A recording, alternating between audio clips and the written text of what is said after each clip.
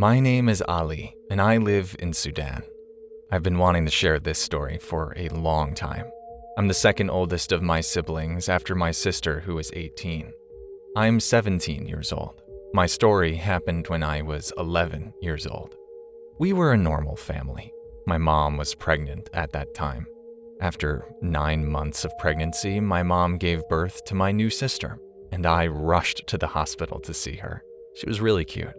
Unfortunately, my dad couldn't see her in person, but I did a video call. He was working in another country.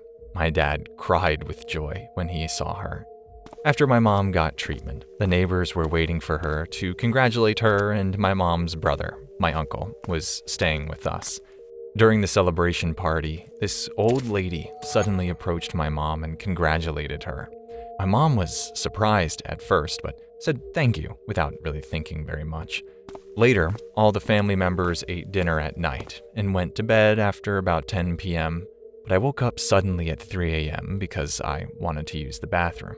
As I was walking to the bathroom, I saw a silhouette of someone in my mom's room. I didn't think much of it because, well, I thought maybe my uncle was checking on us. Then, as I was leaving the bathroom, I saw something shocking. My uncle was throwing someone on the floor, punching them. He was yelling at me to go to my room and not come out. A few minutes later, I heard police sirens, and I could hear them and my uncle talking, but I couldn't hear them very clearly. After the police left, my uncle told us to go back to sleep. The next morning, I asked my uncle what had happened yesterday. He said something shocking. He said that when he went to the kitchen to get some water, he saw a man kidnapping my newborn baby sister. My uncle got angry and quickly ran to the man, hitting him, grabbing my sister. The man ran to my uncle and they fought. That's when I came out of the bathroom and saw everything. A few hours later, the police knocked on my door.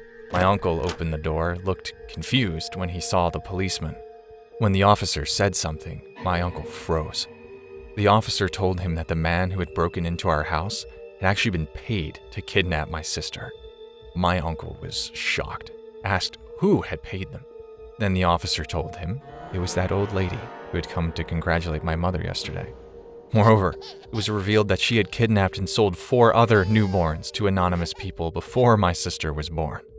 The old lady was fortunately arrested, and she and the man were sentenced to life in prison. But what would have happened if my uncle hadn't come out to drink water that night? I thank God every day for protecting my newborn sister. I'm now 17, and my sister is 6 now. We never told my father about what had happened that night.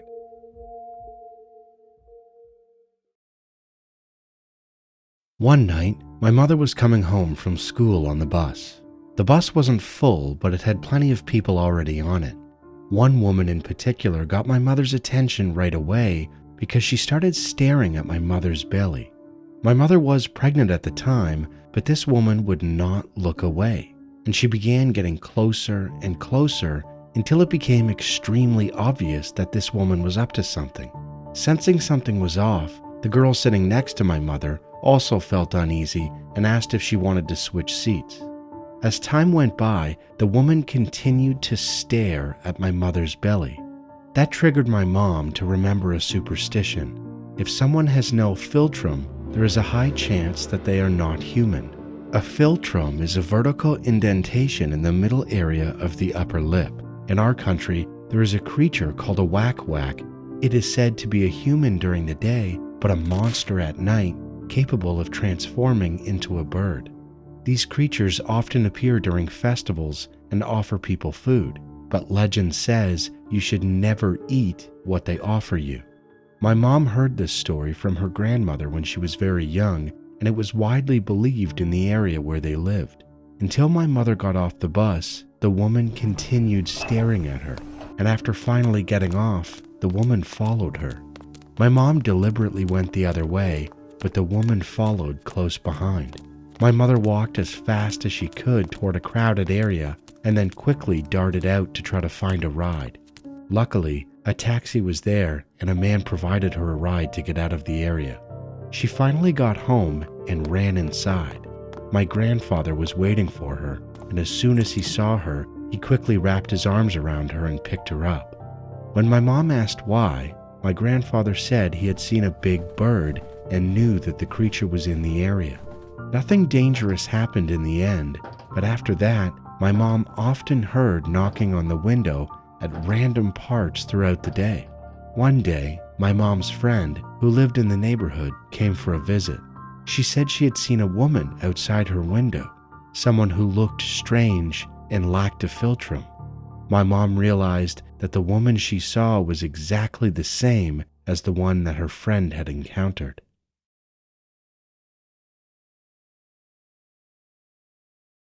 I was 13 years old when this scary incident happened, and I lived on the 7th floor of an apartment building. I was coming home from school with my older brother, who was a year older than me. And when we got to the building, we tried to take the elevator, but it didn't work. So my brother told me to take the stairs. So I agreed, and he went up to the 7th floor faster than me. When I got to the 4th floor, I heard the sound of someone walking in high heels below me.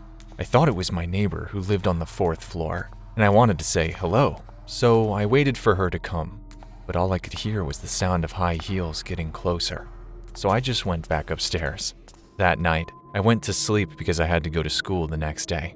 Then, I woke up in the middle of the night, sweating all over my body. I wondered why, but I thought it was just because it was hot, so I opened the window. I fell asleep again, but woke up again in the middle of the night. My whole body was drenched in sweat again. I was confused. I thought it was nothing. Tried to go back to sleep, but I couldn't move. I was scared. I didn't want to open my eyes, but I saw something standing in the corner of the room. Then suddenly, the shadow started jumping at me. I screamed and tried to move, and I realized that I was literally in sleep paralysis. I'd seen on YouTube that moving your feet could help you get out of sleep paralysis, so I tried moving my feet, and luckily, it worked. I was so scared that I ran to my parents' room and woke my mom up. I cried, told her what had happened, and she started praying for me. And when I woke up the next day, I heard shocking news. My neighbor on the 4th floor had died for unknown reasons. She was wearing red high heels and a red dress. It was like she was going to a party, and her cat was found dead in the bathroom. I was shocked. That night, I woke up again in the middle of the night and couldn't move, and I saw something shocking right before my eyes. It was a woman in a red dress with a cat. I realized she was my neighbor on the 4th floor who had died the day before, but her face was very pale, and her cat was covered in blood. I closed my eyes, and I started praying. When I woke up the next morning, luckily, there was nothing in my room. I didn't tell my parents. I thought I was just hallucinating. But I really have so many questions. Why did this happen to me? And why did she come to my room? Hey, I'm a really big fan of your channel, and I wanted to share a story my dad told me when I was younger. When my dad was around 16 years old, he was working on a ranch in Idaho. His job was to wrangle the horses that always ran off deep into the mountains. He would always use his own horse, Angel, to go and catch them. My dad said Angel was a funny horse because she always acted like a dog, very playful and full of energy. Every so often, when the horses ran off even deeper than normal, my dad would pass by an old, abandoned shack that looked like it had been falling apart for years. Every time he passed it, the hair on the back of his neck would stand up, and he'd get an eerie feeling. But it wasn't just him. Angel, his normally playful horse, would start bucking and snorting at the sight of the house. That really freaked my dad out. One day, while he was in town, he ran into another ranch worker who had been there for a few years. They started chatting over lunch, and since the guy knew the area so well, my dad asked, "What's the deal with that creepy rundown house?" As soon as he said that, the man's friendly smile changed into something else, a strange, unsettling grin. "You really want to know, kid?" the man asked. My dad said yes, and so the man told him this story. Back in the mid-1900s, a man named Frederick Beale lived in that house. Everyone just called him Beale. He didn't want to live near civilization, so he built the house in the mountains with his own 2 hands and lived there for many years. Each summer, Beale would come down into town where the locals always expected him. He'd stock up on supplies before heading back into the mountains. He wasn't a mean old man. Actually, he was quite friendly, so the townspeople always looked forward to his visits. During the summer, he lived off the food he bought in town. In the winter, when heavy snow made the trip impossible, he hunted animals to survive. But then one year, the townspeople noticed something strange. Beale never came down for his usual summer visit. Days passed, and then weeks, and finally months, and people started to worry. After a while, the sheriff and a few deputies rode out on horseback to go and check on him. As they neared the house, they immediately knew something was wrong. The forest was too quiet, unnaturally quiet. When they arrived, they saw that everything was boarded up, and a foul stench hung in the air.